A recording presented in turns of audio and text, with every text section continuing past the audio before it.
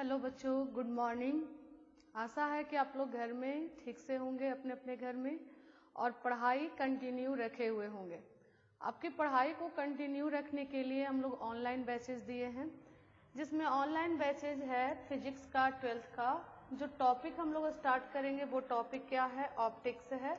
ठीक है, कौन सा टॉपिक स्टार्ट करेंगे? ऑप्टिक्स टॉपिक, और उसका टाइमिंग है 5:30 से 6:30 मॉर्निंग में स्टार्ट होने वाला था। ये टॉपिक आपका ऑनलाइन बैच जो स्टार्ट होने वाला था वो 13 अप्रैल से ही था, लेकिन कुछ नेट प्रॉब्लम के कारण ये बैच 14 तारीख से स्टार्ट हुआ है। मैथ का बैच है जिसका टॉपिक स्टार्ट होने वाला है डिटर्मिनेंट, और इसका टाइमिंग है इवनिंग में 7 से 8। तो आप लोग ज़्यादा से ज़्यादा लोग जुड़िए, सब्सक्राइब करिए, और जो लोगों को ये इन्फॉर्मेशन नहीं है आप अपने ग्रुप में उसको सेंड कीजिए, उनको इन्फॉर्म कीजिए कि ऑनलाइन बैचेज स्टार्ट हो गए हैं, आप अपने पढ़ाई को आगे भी कंटिन्यू कर सकते हैं। चलिए अब हम इसके साथ टॉपिक स्टार्ट करते हैं। जो टॉपिक हम पढ़ाएंगे आपको वो क्या है? ऑप्टिक्स। और ऑप्टिक्स में हम स्टार्ट करेंगे रिफ्रैक्शन से, अपवर्तन से। ठीक है, तो हम लोग स्टार्ट करते हैं ऑप्टिक्स किस टॉपिक से? ऑप्टिक्स से। और उसमें कौन सा चैप्टर पढ़ाएंगे? Refraction of light from plane surface, मतलब समतल सतह से प्रकाश का अपवर्तन। तो चले, अब टाइमिंग ध्यान रखना कि फिजिक्स का टाइमिंग है मॉर्निंग का और मैथ का टाइमिंग है इवनिंग का। चलो ठीक है, अब हम स्टार्ट करें।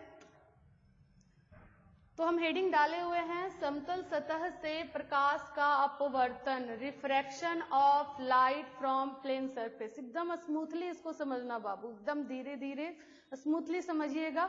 समझते चलोगे तो आगे का टॉपिक भी, आगे का चैप्टर भी आपका क्या होता चला जाएगा? आसान होता चला जाएगा। तो हम सबसे पहले जानते हैं प्रकाश का अपवर्तन। कलर चेंज कर लें जरा।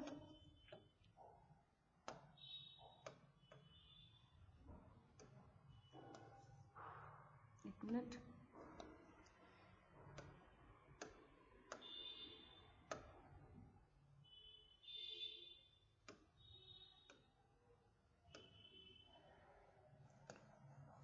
प्रकाश का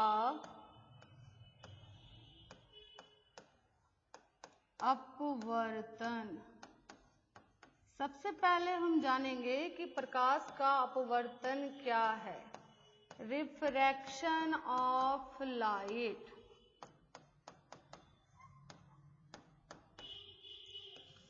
देखिए बाबू, जनरली हमको जो पढ़ना है वो 2 टॉपिक पढ़ना है। लाइट का एक रिफ्लेक्शन जिसको कहते हैं परावर्तन, और लाइट का रिफ्रैक्शन जिसको कहते हैं अपवर्तन।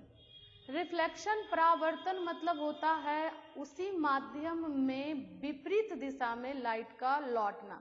बिल्कुल जैसे आप समझ सकते हो कि कोई दीवार है और हम बॉल लिए हुए हैं और बॉल को उस दीवार पर मारते हैं, तो वो बॉल इसी मीडियम में, इसी माध्यम में क्या होती है? लौटती है। तो जब प्रकाश उसी माध्यम में लौटे तो उसे हम कहते हैं परावर्तन। एकदम स्मूथ समझना। जब प्रकाश उसी माध्यम में लौटे, जैसे बॉल लौटा तो बॉल का रिफ्लेक्शन हुआ। बिल्कुल लाइट का भी होता है। कोई कोई ऐसा सरफेस होता है जिस पर लाइट जब इंसिडेंट कराते हैं तो वो क्या होता है? उसी माध्यम में लौट जाता है, जिसका सिंपल एग्जाम्पल है आपका मिरर, दर्पण। दर्पण पर जब लाइट इंसिडेंट होता है तो वो क्या करता है? दर्पण लाइट को उसी माध्यम में रिफ्लेक्ट कर देता है, परावर्तित कर देता है, और उसी घटना को हम नाम देते हैं प्रकाश का परावर्तन। बिल्कुल इसी तरह से अपवर्तन कब होता है? तो जब लाइट एक मीडियम से दूसरे मीडियम में, माध्यम क्या है पहले हम जान जाए, मीडियम क्या है।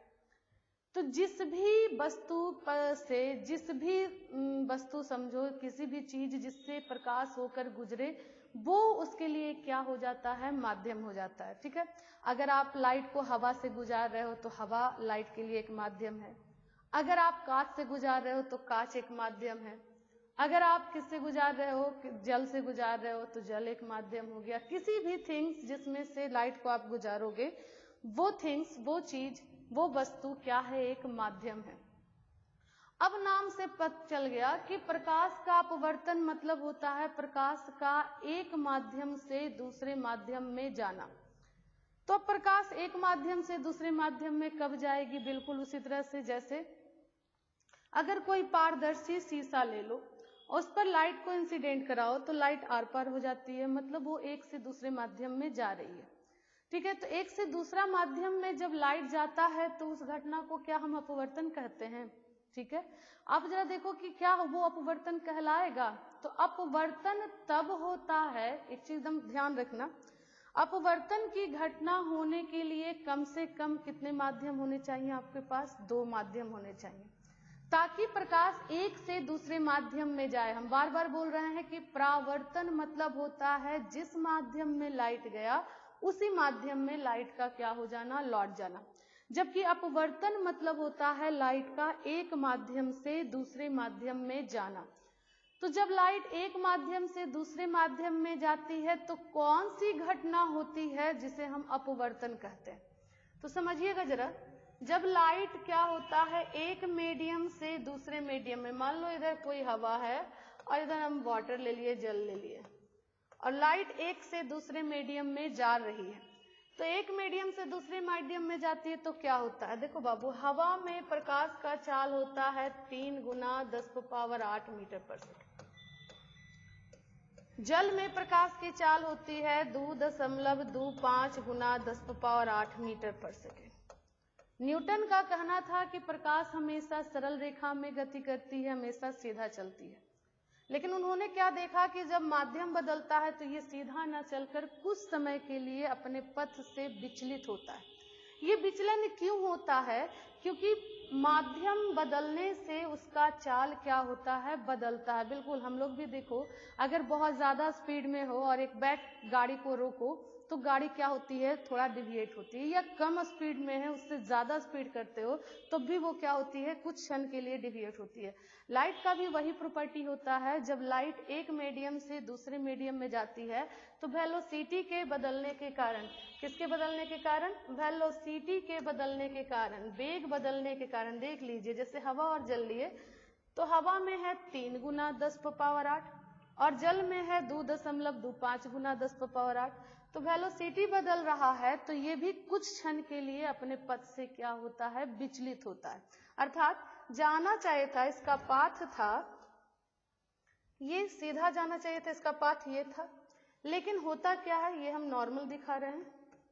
होता क्या है कि अपने पाथ पे ना चलकर अपने पाथ से विचलित हो जाता है, या तो ऊपर की ओर भाग जाता है या नीचे की ओर भाग जाता है। ठीक है, मतलब कुछ क्षण के लिए अपने पथ से क्या होता है? विचलित हो जाता है, और इसी विचलित होने की घटना को हम क्या कहते हैं? प्रकाश का अपवर्तन कहते हैं। तो प्रकाश का अपवर्तन आप क्लियर समझ रहे हो? क्या है प्रकाश का अपवर्तन? तो जब प्रकाश की किरण एक माध्यम से दूसरे माध्यम में जाती है तो अपने पथ से क्या हो जाती है? विचलित हो जाती है, जिस घटना को प्रकाश का क्या कहते हैं? अपवर्तन कहते हैं। तो अपवर्तन मतलब हम समझ रहे हैं कि प्रकाश से एक से दूसरे माध्यम में जाएगी और एक से दूसरे माध्यम में जाने पर अपने पथ से क्या होगी? विचलित होगी। कोई भी पूछे कि प्रकाश के अपवर्तन होने का मेन कारण क्या होता है, तो आपका आंसर होगा कि अपवर्तन तभी होता है जब प्रकाश माध्यम बदलता है। तो कोई पूछे माध्यम बदलने से क्या होता है, तो माध्यम बदलता है तो उसकी चाल बदलती है, और चाल बदलने के कारण कुछ क्षणिक समय के लिए वो अपने पथ से क्या होता है? विचलित होता है, और वही घटना का नाम क्या पड़ता है? अपवर्तन। तो हमें लगता है कि आप लोग का क्लियर है प्रकाश का अपवर्तन। ठीक है, प्रकाश का अपवर्तन हम फिर से डिफाइन करते हैं। प्रकाश के अपवर्तन होने की स्थिति होनी चाहिए, प्रकाश हमेशा एक से दूसरे माध्यम में जाना चाहिए। प्रकाश का अपवर्तन वही दिखाएगा जिसमें प्रकाश के आने जाने का कम से कम कितना माध्यम होगा? 2 माध्यम। ठीक है, अगर प्रकाश के आने जाने का केवल एक माध्यम है, मतलब हवा है और हवा में ही लौट रही है, तो ये परावर्तन होगा। ठीक है, तो हम डिफाइन कर सकते हैं बाबू कि प्रकाश का अपवर्तन क्या है। तो जब प्रकाश एक माध्यम से दूसरे माध्यम में जाती है तो अपने पथ से क्या हो जाती है? विचलित हो जाती है, जिस घटना को प्रकाश का अपवर्तन कहते हैं। तो हम डिफाइन कर रहे हैं, जब प्रकाश की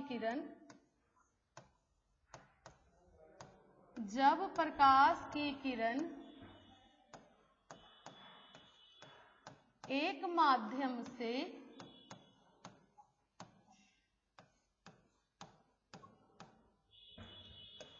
दूसरे माध्यम में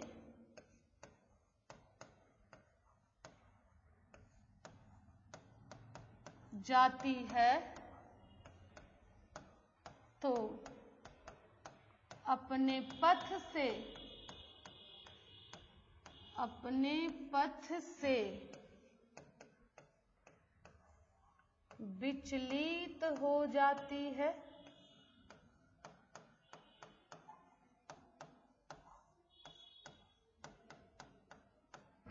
प्रकाश के इसी घटना को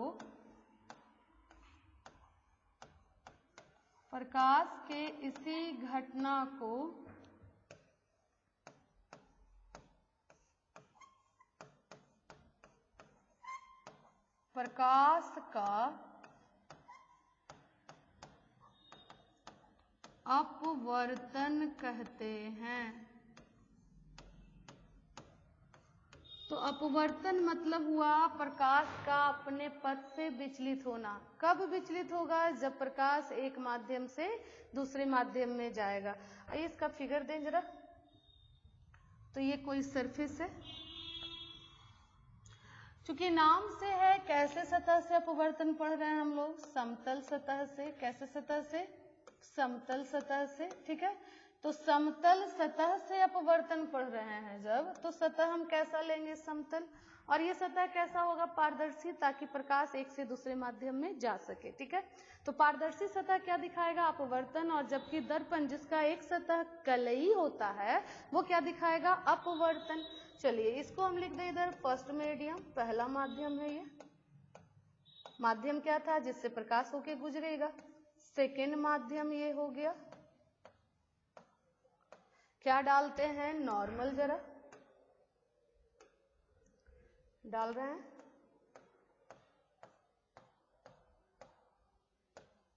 ये नॉर्मल है। ठीक है, विजुअल है? नहीं है विजुअल। चलो दूसरा कलर चेंज कर दें।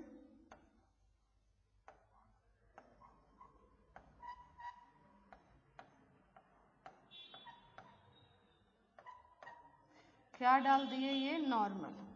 रे ऑफ लाइट इंसिडेंट कराते हैं।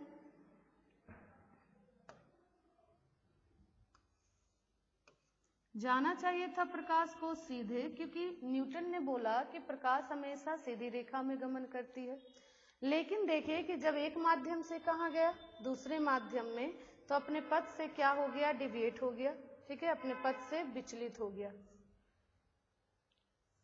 विचलित हो गया, सीधा ना जाकर क्या हो गया? अपने पथ से डिविएट हो गया, मुड़ गया। ठीक है, या तो वो इधर मुड़ेगा या तो इधर मुड़ेगा। ठीक है, तो यही घटना क्या कहलाया? प्रकाश का अपवर्तन। नाम जरा दे देते हैं, ये इसको नाम दे देते हैं O, यहाँ दे देते हैं B। तो यहाँ AO क्या है? तो यहाँ AO क्या है बाबू? AO है आपतित किरण। क्यों है आपतित किरण? क्योंकि ये किरण इस सतह पर आई, आपतित हुई तो आपतित किरण हो गई। ठीक है, OB जो किरण दूसरे माध्यम में जाए या जो किरण अपने पथ से विचलित हो जाए उस किरण को कहते हैं अपवर्तित किरण। तो OB क्या है आपका? अपवर्तित किरण। ठीक है, ON ये क्या है? एक काल्पनिक रेखा होती है जिसको कोण को मापने में हम यूज करते हैं। और इस काल्पनिक रेखा चूंकि लंब है इसलिए इसे हम क्या कहते हैं? अभिलंब कहते हैं। कोण AON किसके बीच का कोण है? आपतित किरण और अभिलंब के बीच बने कोण को आपतन कोण कहा जाता है। क्या कहा जाता है? आपतन कोण। तो आपतित किरण और अभिलंब के बीच बने कोण को आपतन कोण कह दिए। ठीक है, इसको इंग्लिश में कहते हैं इंसिडेंट एंगल। इसको कहते हैं रिफ्रैक्टेड एंगल।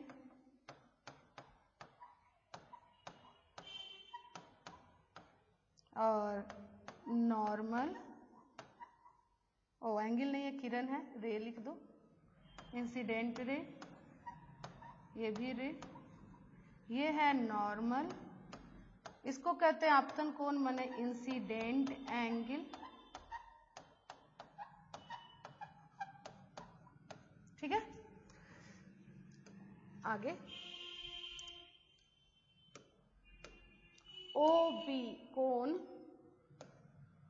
ओ बी एन डैश, या ऐसे लिख दो N dash O B, N dash O B बराबर है कोण आर, जिसको हम क्या कहेंगे, अपवर्तन कोण। ठीक है, इंग्लिश में इसको कहेंगे रिफ्रैक्टेड एंगल। क्लियर? तो हम लोग देख चुके हैं कि अपवर्तन मतलब हुआ प्रकाश जब एक से दूसरे माध्यम में गई तो अपने पथ से विचलित हुई। अब हम कहेंगे कि अब प्रकाश के अपवर्तन का मेन कारण क्या हुआ, क्यों ये विचलित हुई?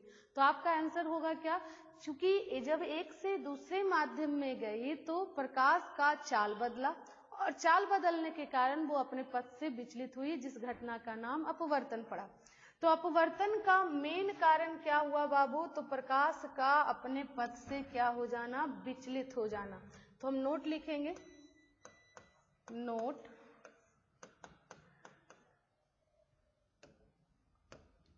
प्रकाश के अपवर्तन का मुख्य कारण प्रकाश का चाल का माध्यम के साथ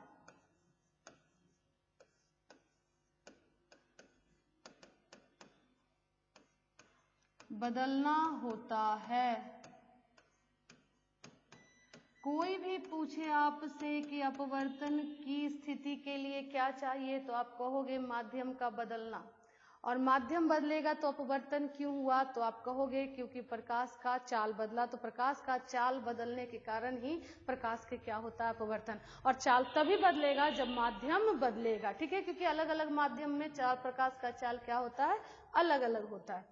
चलिए, अब जैसे प्रकाश के परावर्तन का नियम होता है, बिल्कुल उसी तरह से प्रकाश के अपवर्तन के भी दो नियम होते हैं। आइए नियम को हम जानें। तो प्रकाश के अपवर्तन के दो नियम होते हैं।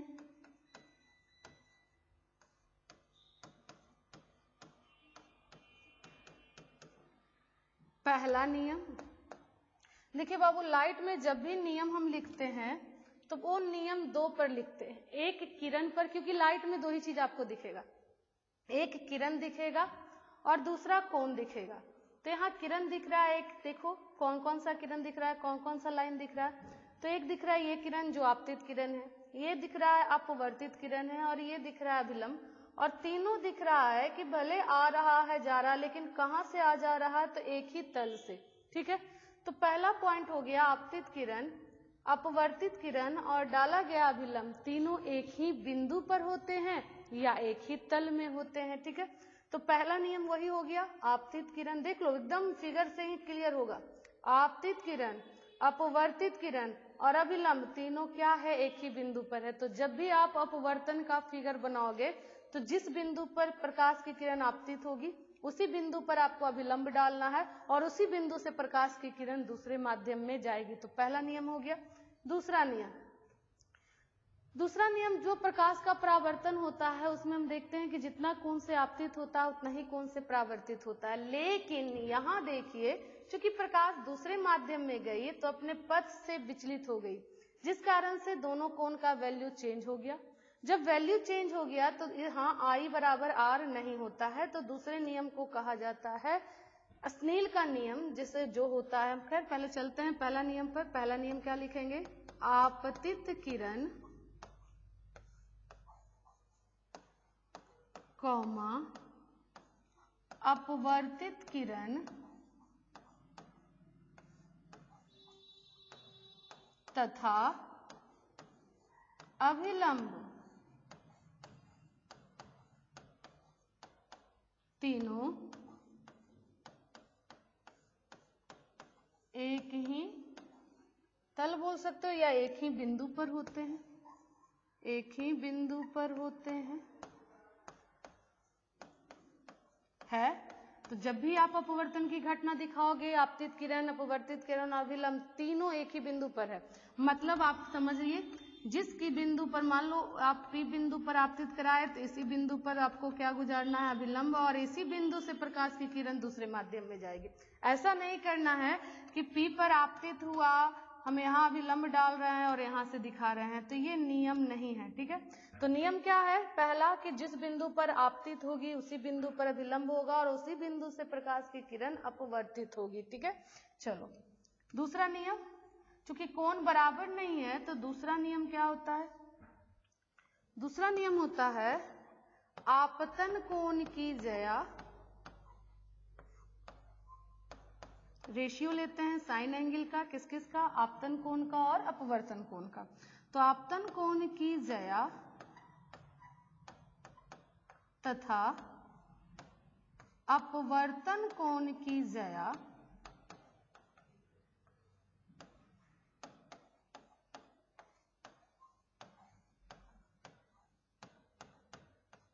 का अनुपात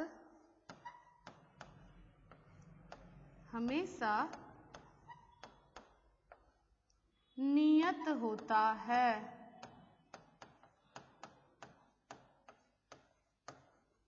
अर्थात साइन आई, देखो बाबू, साइन को हिंदी में कहते हैं ज्या कोण, तो आई को कहते हैं आपतन कोण। तो आपतन कोण की ज्या और अनुपात किसका होना चाहिए? अपवर्तन कोण की ज्या का अनुपात हमेशा क्या होगा? नियत होगा। ठीक है, इसी नियम को आगे चलकर स्नेल का नियम कहा गया। कब? जब इस नियतांक का वैल्यू बताया गया, इसको क्या से सूचित किया जाएगा? म्यू से, और हर माध्यम के लिए म्यू का वैल्यू दिया गया। ठीक है, तो ये नियतांक होता है, जिस नियतांक को आगे म्यू से बताएंगे कि डिनोट किया गया, और इसको किसने बताया म्यू से डिनोट करेंगे? स्नेल ने। इसलिए इसी नियम को और क्या कहा जाता है? स्नेल का नियम, जो हम आगे पॉइंट में लिखाएंगे। तो प्रकाश के अपवर्तन के दो नियम हो गए। आपतित किरण, एक नियम किरण को लेकर, दूसरा कोण को लेकर, क्योंकि हम जान रहे हैं कि अपवर्तन या परावर्तन में हमें दो ही चीज दिखता है, एक कोण और दूसरा किरण। तो एक नियम हम जब भी देंगे, लाइट में कोई भी नियम लिखना रहे तो आप एक नियम किरण पर लिखोगे, दूसरा कोण पर। तो एक नियम आपतित किरण, अपवर्तित किरण, अभिलंब तीनों दिख गया। कहाँ दिख गया? एक ही बिंदु पर है। और दूसरा आपतन कोण की ज्या, अपवर्तन कोण की ज्या का अनुपात हमेशा क्या होता है? नियत होता है। ठीक है, क्लियर है यहाँ तक? चलो आगे चलते हैं। जब प्रकाश के अपवर्तन का दो नियम हुआ, तो इसी तरह प्रकाश के अपवर्तन की भी दो स्थितियां होती है। देखो बाबू, जब प्रकाश एक से दूसरे माध्यम में जाता है, तो आप लोग जानते होंगे कि तुलना जब किया जाता है दो माध्यमों का, तो माध्यम, प्रकाशीय माध्यम दो प्रकार का होता है। एक माध्यम को कहा जाता है विरल माध्यम और दूसरे माध्यम को कहा जाता है सघन माध्यम। तो जरा पहले स्थिति को समझने से पहले जरा सा समझ लीजिए। एक माध्यम जिसे हम कहते हैं विरल माध्यम, और एक माध्यम जिसे हम कहते हैं सघन माध्यम। अब पहले जाने कि विरल किसे कहेंगे और सघन किसे कहेंगे। कुछ बच्चे जानते होंगे कि विरल किसे कहते हैं और सघन किसे कहते हैं। विरल शब्द बना है वीरान शब्द से। वीरान मतलब पूरा खाली, जैसे लॉकडाउन था। पिछले साल जब हम देखे कि जब लॉकडाउन था, पूरा रोड एकदम खाली था, और उस रोड, खाली रोड पर बैलगाड़ी भी क्या होता था? एकदम स्पीड से मोटरसाइकिल की तरह चलता था। मतलब वहां स्पीड क्या है? ज्यादा हो जाता है। यहाँ जहाँ खाली जगह है वहां पर आपको रोकने ठोकने वाला कोई नहीं है, इसलिए आप वहां पर चलोगे तो क्या करोगे? स्पीड बढ़ाकर चलोगे। तो विरल, बस हम समझाने के लिए ये एग्जाम्पल दे रहे हैं ताकि आपके दिमाग में रहे। विरल मतलब वीरान, और वीरान मतलब पूरा खाली। तो खाली जहाँ रहेगा वहां चाल क्या रहेगा? ज्यादा। तो विरल माध्यम उसे कहते हैं जिसमें प्रकाश की चाल क्या होगा? ज्यादा। प्रकाश की चाल क्या होगा? ज्यादा। सघन, सघन मतलब होता है भीड़ भाड़, घना। अब आप मान लो कि आप बहुत हाई स्पीड के बाइक पे चल रहे हो और ऐसे जगह घुस गए जहां बहुत भीड़ है, मेला ठेला है। अब आपका बाइक बिल्कुल काम नहीं करेगा कि वो स्पीड में चले, क्यों? क्योंकि वहां पर बहुत भीड़ भाड़ है। अगर ज्यादा स्पीड में गया और किसी को ठोका तो तुमको भी जय हो जाएगा, नहीं। इसलिए वहां पर आप क्या करोगे, उसके स्पीड को कम करके चलोगे। तो क्यों कम हुआ? क्योंकि वहां पर भीड़ था। भीड़ था मतलब भीड़ में हम चाल को क्या करते हैं, कम। तो सघन माध्यम किसे कहेंगे? तो वो माध्यम जिसमें प्रकाश की चाल क्या होगी, कम होगी, वो कहलाएगा सघन माध्यम। और वो माध्यम जिसमें प्रकाश की चाल ज्यादा होगी वो कहलाएगा विरल माध्यम। ठीक है। अब हम जानते हैं मेनली जो हम तुलना करते हैं बाबू वो 3 का करते हैं, हवा या इसी को निर्वात कहेंगे। ठीक है। जल में प्रकाश की चाल और कांच में प्रकाश की चाल। तो जरा हम जान लेते हैं, चलो हम लिखा देंगे पहले इसको अच्छा से। जो नहीं जानते हैं ये चाल नोट कर लेंगे। हवा या निर्वात में प्रकाश की चाल,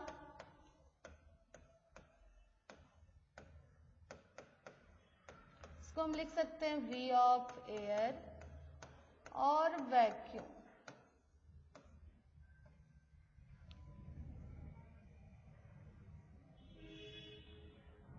में प्रकाश की चाल होती है 3 गुना 10⁸ मीटर पर सेकेंड। ठीक है। इसी तरह जल में प्रकाश की चाल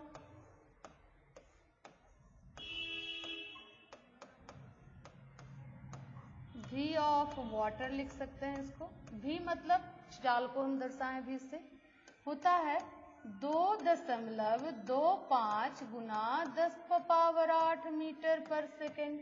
क्लियर। इसी तरह कांच, कांच में प्रकाश की चाल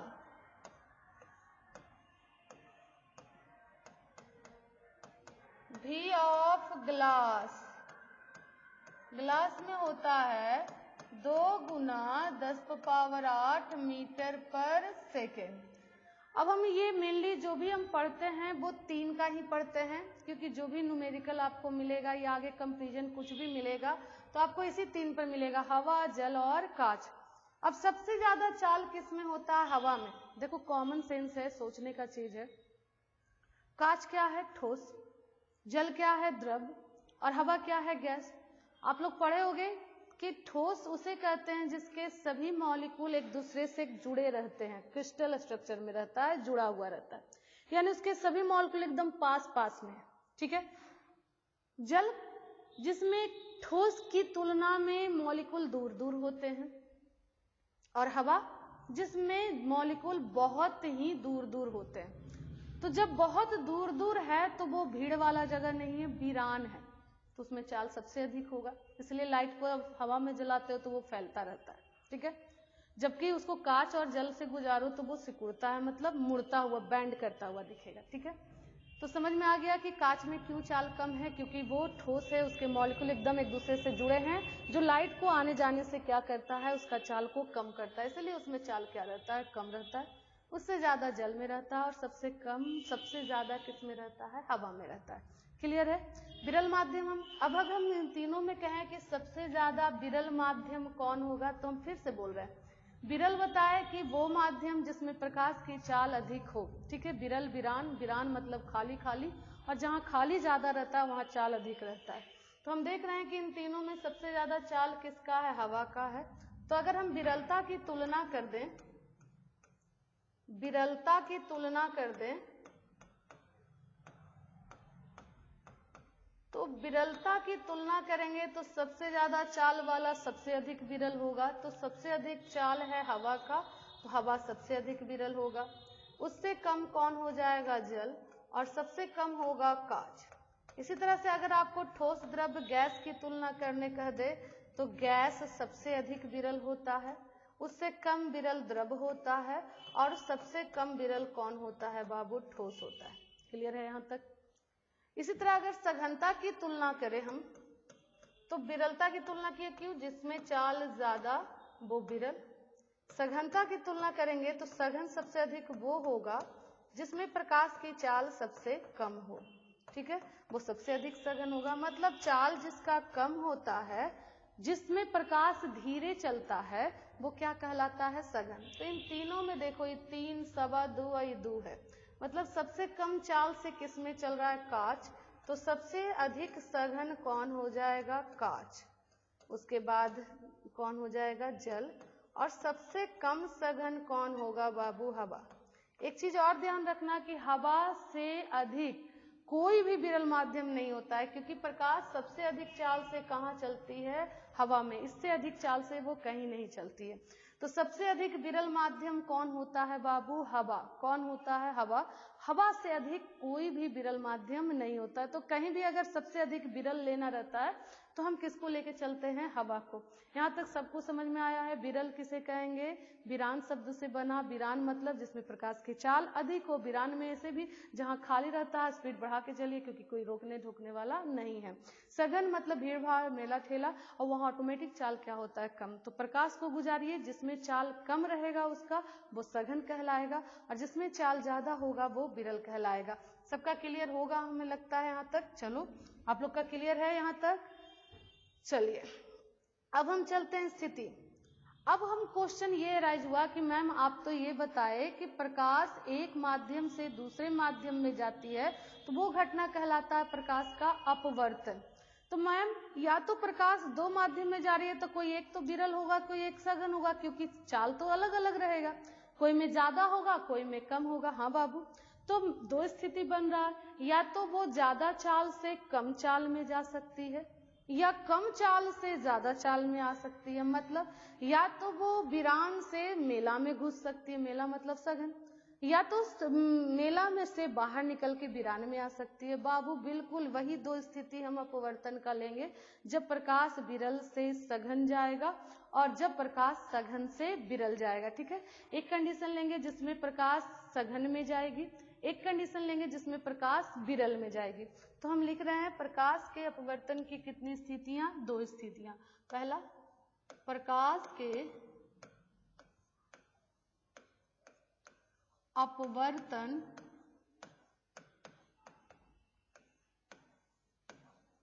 दो स्थितियां होती है। पहला, जब प्रकाश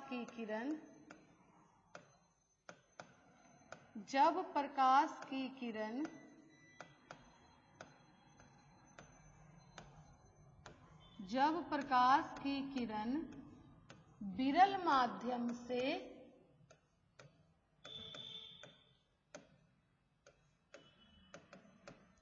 सघन माध्यम में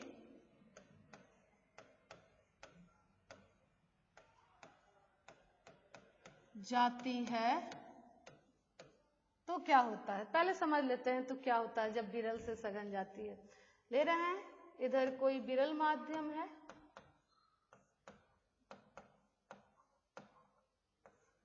इधर कोई क्या है? विरल माध्यम, और इधर है कोई सघन माध्यम। ठीक है, देखते हैं कि जब प्रकाश विरल से सघन जाती है क्या होता है। अभिलंब डालते हैं, पहले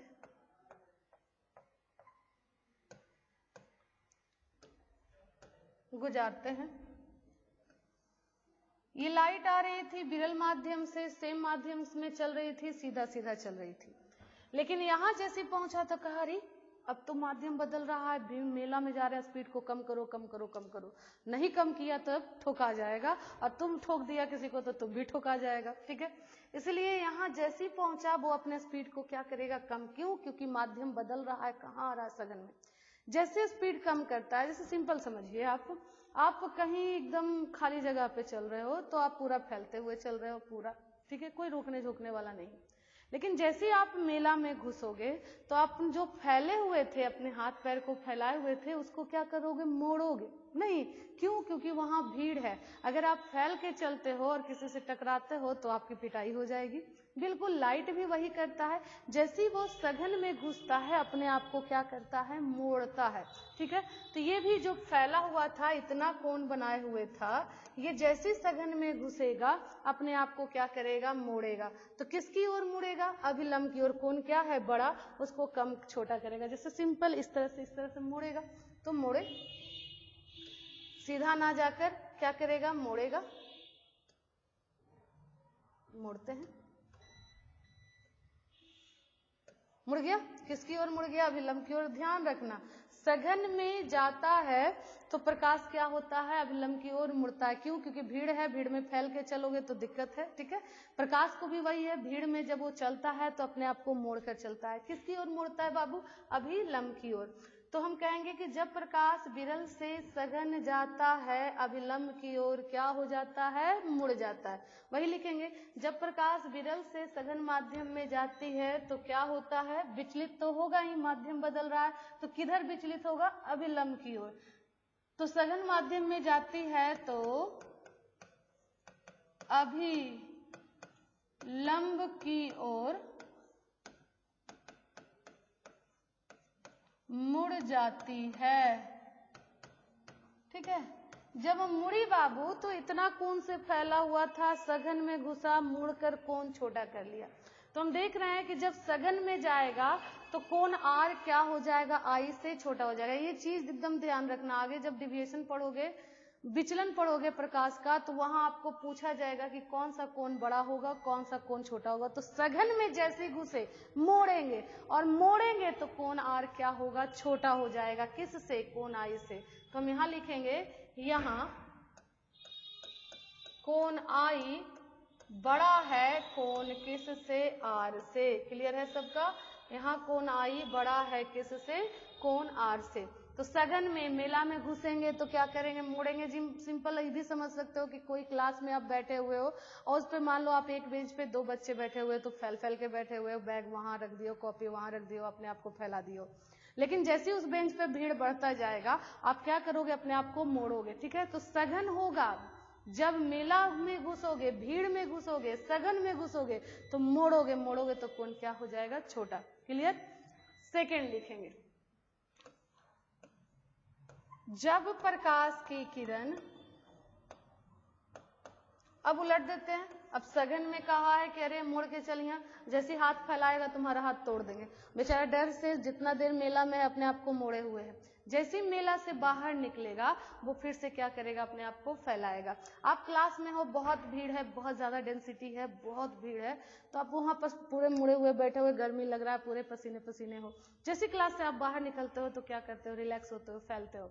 बिल्कुल उसी तरह जब प्रकाश सघन से कहाँ जाएगा? विरल में जाएगा, तो वो क्या होगा? विरल, विरान, विरान में क्या हो जाता है? फैल जाता है। ठीक है, इस कारण से हम बार बार बोल रहे हैं कि लाइट को जब एयर में चलाते हैं, ठीक है, तो वो फैलता है, जबकि उसमें वाटर में जलाओ, ग्लास में जलाओ तो वो क्या होता है? बैंड करता है, मुड़ता है। सघन में बैंड करेगा और विरल में क्या होगा? फैल जाएगा। तो जब प्रकाश की किरण कहां से निकलेगी? अब सघन से, और कहां जाएगी? विरल में। सघन माध्यम से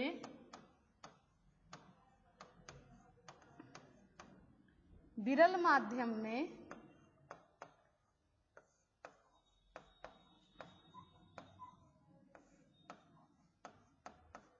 जाती है तो अभिलंब की ओर मुड़ेगा कि फैलेगा? फैलेगा कब? जब अभिलंब से दूर जाएगा, कोण और बड़ा होगा, जितना से आपतित हुआ उससे बड़ा कोण हो जाएगा। अभिलंब से दूर फैलती है या भागती है, जो भी लिखो। ठीक है, आइए फिगर देते हैं।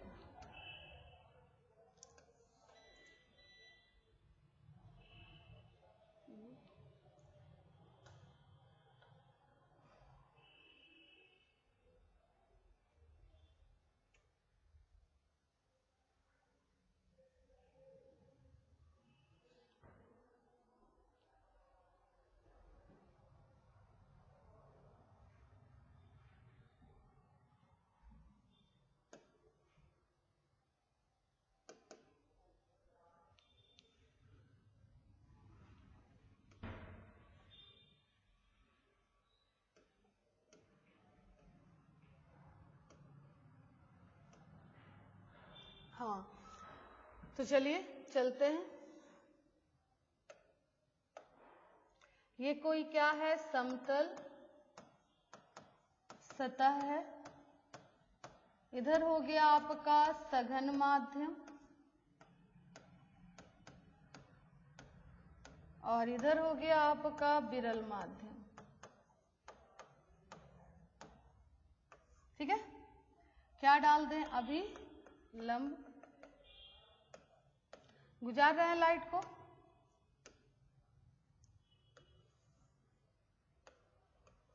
सघन से आ रहा है ये कोण बनाते हुए, जैसे ही आगे गया अब कौन सा माध्यम है, विरल माध्यम चेंज हो रहा है और विरान में जा रहा है, तो क्या होगा, फैलेगा।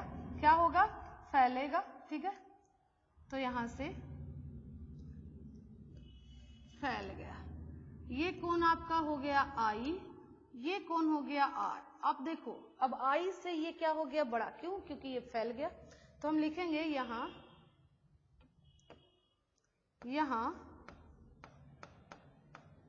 कोण R बड़ा होगा कोण I से। तो आपको ध्यान क्या रखना है कि जब विरल में जाएगा तो R बड़ा होगा क्योंकि फैलेगा, जब सघन में जाएगा तो कोण R छोटा होगा क्योंकि अभिलंब की ओर मुड़ेगा। हमको लगता है यहाँ तक सबका क्लियर होगा, है ना, सबका क्लियर है। चलो अब हम आगे चलते हैं। स्क्रीनशॉट साथ साथ लेते चलना बाबू, ठीक है। चलिए आगे।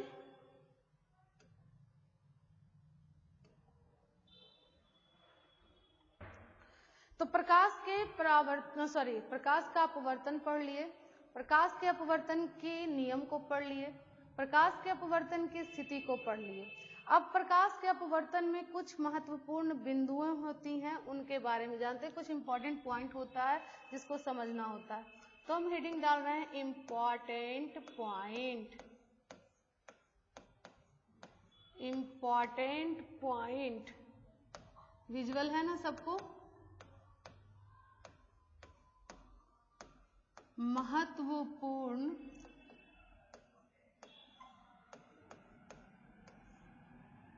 महत्वपूर्ण बिंदुएं।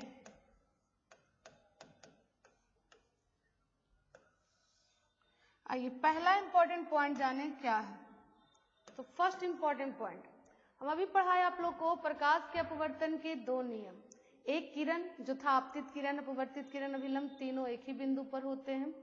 और दूसरा नियम था आपतन कोण की जया अपवर्तन कोण की जया के अनुपात को नियतांक होता है, जिसे प्रकाश के अपवर्तन का दूसरा नियम कहते हैं। उसी नियतांक को अर्थात साइन I बटा साइन R बराबर जो नियतांक था उस नियतांक को म्यू से दर्शाया गया है, जिसके बारे में कौन बताए हैं, स्नेल ने। इसलिए इस नियम को क्या कहा जाता है, स्नेल का नियम कहा जाता है, जिसमें म्यू को क्या कहा जाता है। देखो बाबू, म्यू है क्या, तो म्यू का नाम पड़ा है अपवर्तनांक। क्या नाम पड़ा है इसका, अपवर्तनांक। क्यों ये नाम पड़ा, तो ये जो नियम है ये किसका नियम है, प्रकाश के अपवर्तन का नियम है। तो ये दो शब्दों से बना अपवर्तनांक, एक अपवर्तन शब्द से और दूसरा अंक शब्द से। ठीक है, तो अपवर्तन मतलब हमको समझ में आ रहा है कि अपवर्तनांक ये म्यू कहाँ यूज होगा, तो जहां प्रकाश के अपवर्तन की घटना होगी। तो ये बता रहा अपवर्तन की प्रकाश के अपवर्तन की घटना में क्या आता है, म्यू आता है। और ये है क्या, तो ये एक अंक है, एक संख्या है। तो कोई भी कहे कि म्यू क्या है तो कहो ये एक नंबर है, एक संख्या है। तो कहोगे इसका नाम अपवर्तनांक क्यों पड़ा, इसका नाम अंक क्यों नहीं देकर अपवर्तनांक क्यों दिया गया, इसलिए ताकि आप समझ पाओ कि ये प्रकाश के अपवर्तन की घटना में आएगी। ठीक है, अगर अंक से हम समझ नहीं पाते, अगर इसका नाम अपवर्तन ना छोड़ लगाकर केवल अंक लिखते तो हमको समझ में नहीं आता परावर्तन में है या अपवर्तन में। लेकिन अगर हम अपवर्तनांक बोल रहे हैं तो ये क्लियर है कि ये प्रकाश के परावर्तन में नहीं आएगा, प्रकाश के अपवर्तन में आएगा। ठीक है, तो स्नेल ने एक बड़ा चीज बताया, क्या बताया कि जो नियतांक होगा उसको आप क्या से सूचित करोगे, म्यू से, और ये एक संख्या होगा, एक मान होगा जो हर माध्यम के लिए फिक्स रहेगा। हवा के लिए इतना होगा, जल के लिए इतना होगा, कांच के लिए इतना होगा, ठीक है। तो पहला हम इम्पोर्टेंट पॉइंट लिखते हैं कि प्रकाश के अपवर्तन के दूसरे नियम को क्या कहा गया, स्नेल का नियम। कब कहा गया, जब नियतांक को क्या से सूचित किया गया, म्यू से, और म्यू को क्या कहा गया, माध्यम का अपवर्तनांक। क्लियर है। तो हम लिखे पहला, प्रकाश के अपवर्तन के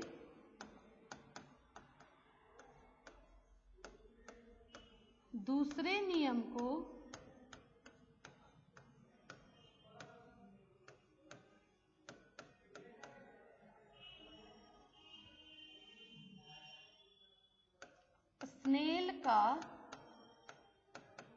स्नेल का नियम भी कहा जाता है, ठीक है, जिसमें स्नेल ने नियतांक को म्यू से दर्शाया है,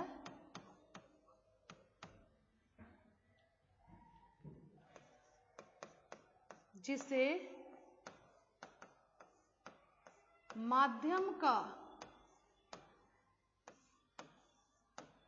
अपवर्तनांक कहा जाता है।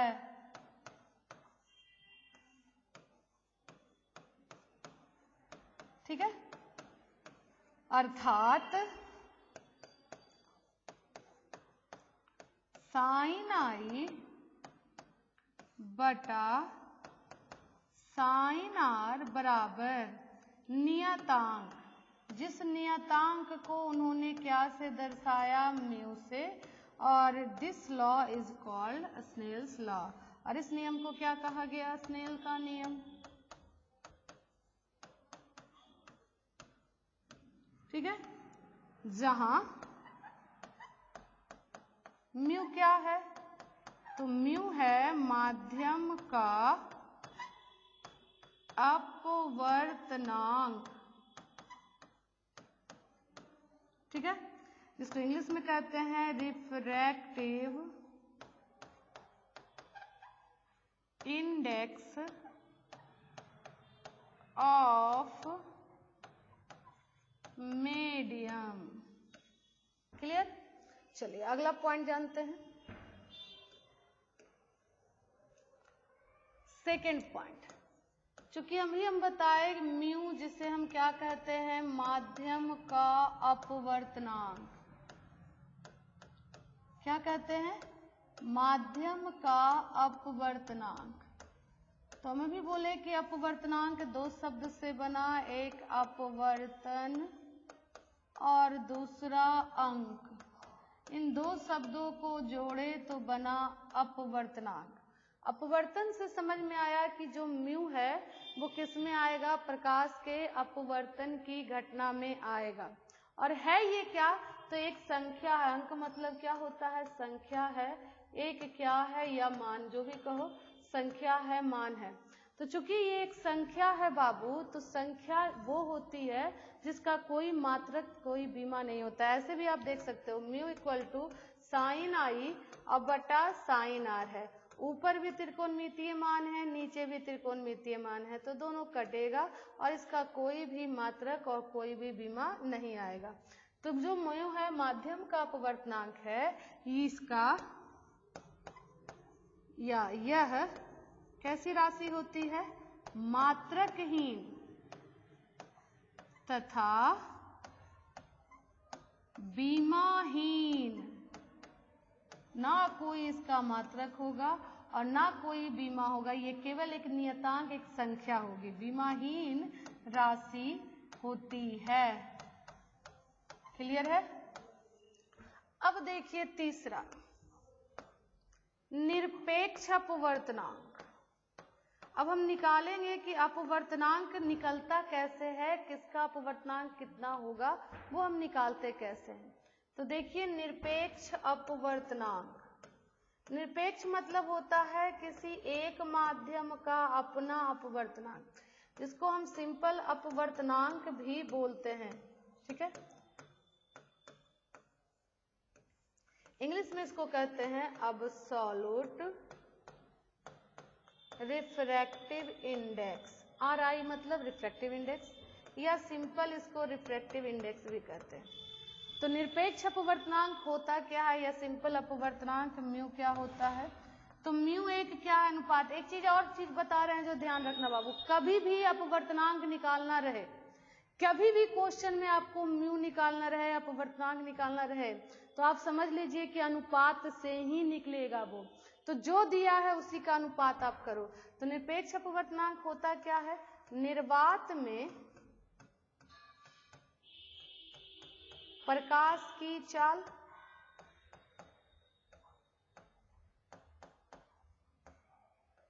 तथा किसी माध्यम में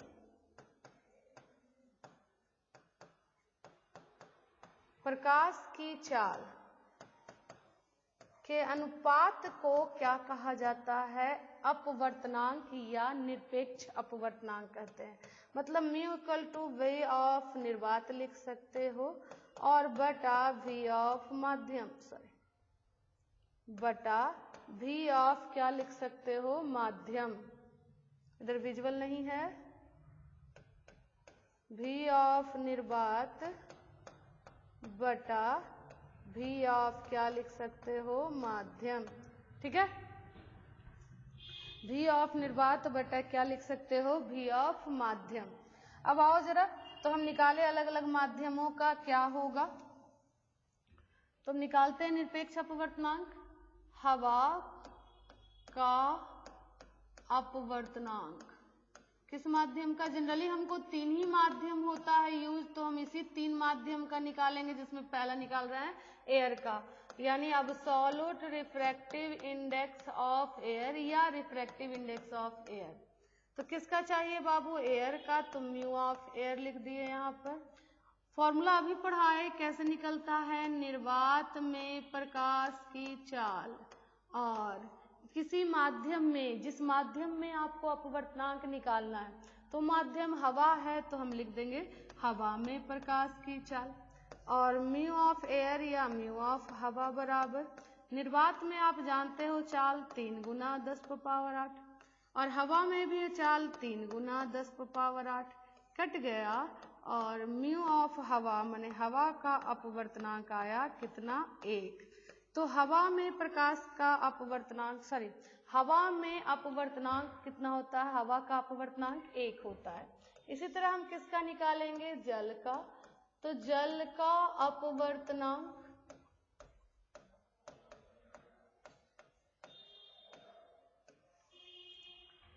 absolute refractive index of water, बिल्कुल इसी तरह से निकालेंगे। म्यू ऑफ जल बराबर, फॉर्मूला देंगे, बोलो, निर्वात में प्रकाश की चाल और बटा जल में प्रकाश की चाल। निर्वात में चाल 3 गुना 10⁻8 बटा जल में बताए हैं पीछे हम 2.25 गुना 10⁻8, ये कटेगा। तो ये पॉइंट अगर हटाते हो तो ऊपर 300 और बटा 225 कट के आ गया 4/3। ठीक है, यानी कट के आ गया 4/3, यानी म्यू ऑफ जल आया 4/3 या 1.33। इसी तरह आप निकालेंगे कांच का अपवर्तनांक। जनरली हम बोल चुके हैं कि 3 का ही हमें यूज होता है। ठीक है, एनसीईआरटी बुक में देखिएगा, और भी बुक में मिला हुआ है जिसका रिफ्रैक्टिव इंडेक्स कितना होता है। तो अब्सोल्यूट रिफ्रैक्टिव इंडेक्स ऑफ किसका, ग्लास का। तो इसी तरह चलेंगे, म्यू ऑफ कांच बराबर लिखेंगे निर्वात में प्रकाश की चाल बटा कांच में प्रकाश की चाल, क्योंकि माध्यम क्या ले लिए हम, कांच ले लिए। निर्वात में प्रकाश की चाल 3 गुना 10⁸ और कांच में 2 गुना 10⁸ हम लोग पीछे देख चुके हैं। ठीक है, ये कट गया और आ गया 3/2 या इसी को 1.5 लिखेंगे। ठीक है, यानी म्यू ऑफ कांच हो गया 3/2 या 1.5। तो हम देख चुके 3 का, हवा का, जल का और कांच का। अपवर्तनांक कितना आया, तो हवा का आया 1, जल का आया 1.33 और कांच का आया 1.5। ठीक है, अब हम फिर से बोल रहे हैं कि माध्यम जब हम तुलना किए थे तो 2 प्रकार का, एक विरल और एक सघन। विरल जिसको बोले तो हम चाल से बताए कि जिसमें प्रकाश की चाल अधिक वो विरल होगा, जिसमें प्रकाश की चाल कम होगी वो सघन होगा। अब अगर हम कहें अपवर्तनांक से हमें बताओ कि कौन विरल होगा और कौन सघन होगा, किससे बताना है, अपवर्तनांक से। तो कैसे ध्यान रखेंगे कि कौन विरल कौन सघन। तो फिर से बाबू, अपवर्तनांक क्या है, अपवर्तनांक एक अंक है, एक संख्या, हम सिंपल अंक भी बोल सकते हैं इसको, जो अपवर्तन में होता है। ठीक है, तो एक संख्या है, एक मान है। अब बताओ संख्या, सघन और विरल। सघन मतलब भीड़ भाड़, तो संख्या जनसंख्या कहाँ ज्यादा होता है, जहाँ भीड़ होता है। मतलब सघन माध्यम में अपवर्तनांक क्या होगा, ज्यादा। सघन माध्यम का अपवर्तनांक क्या होगा, ज्यादा। और विरल मतलब क्या हो गया, वीरान। वीरान मतलब पूरा खाली, जहां पर कुछ भी नहीं दिखे, मतलब कोई भी जनसंख्या वहां पर नहीं दिखे। ठीक है, जैसे लॉकडाउन था तो कोई परिंदा नहीं दिखता था आपको बाहर आगे पीछे। ठीक है, तो बिल्कुल, तो विरल किसे कहेंगे कि विरल वो माध्यम है जिसमें या जिसका संख्या, जिसका अपवर्तनांक क्या होगा, कम। और सघन वो माध्यम होगा जिसका अपवर्तनांक क्या होगा, अधिक। सघन, फिर से बोल रहे हैं, सघन भीड़ भाड़ जहां संख्या ज्यादा, अपवर्तनांक ज्यादा। विरल वो जहां पर संख्या कम। ठीक है, तो हम लिख सकते हैं, यहां से हम बता सकते हैं कि अगर अपवर्तनांक से आपको पूछेगा विरल और सघन के रूप में विरल तथा सघन माध्यम को परिभाषित करें, तो आप कैसे करोगे परिभाषित, तो आप कहोगे जैसे इस माध्यम का अपवर्तनांक 1 है, इस माध्यम का अपवर्तनांक 2 है, तो आपको हम कहें कि बताओ इसमें कौन विरल है कौन सघन है। तो आप देखोगे वो विरल मतलब वीरान, सुनसान, संख्या कम। तो जो संख्या कम होगी जिस माध्यम का, वो क्या हो जाएगा, विरल। और जिसकी संख्या बड़ी होगी वो क्या हो जाएगा, सघन। तो सघन विरल हम पहचान सकते हैं, छोटी संख्या विरल का, बड़ी संख्या सघन का। बार बार हम बोल रहे हैं क्योंकि अब आप चाल से नहीं पहचानोगे, अब आप अपवर्तनांक से पहचानोगे। तो सिंपल है, संख्या, अपवर्तनांक तो और आसान चीज हो गया, संख्या देखना है, संख्या छोटी विरल होगा, संख्या बड़ी सघन होगा। क्लियर, तो हम लिख देंगे कि अपवर्तनांक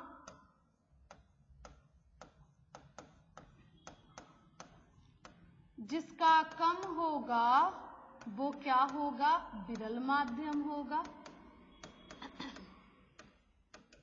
और अपवर्तनांक जिसका ज्यादा होगा वो क्या हो जाएगा, सघन माध्यम होगा। तो जो संख्या बड़ी, या सिंपल लिख सकते हो, संख्या बड़ी, संख्या बड़ी क्या दर्शाएगा, सघन को, सघन माध्यम को। एकदम ध्यान रखने के लिए ठेठ भाषा में लिखना है आपको। और संख्या छोटी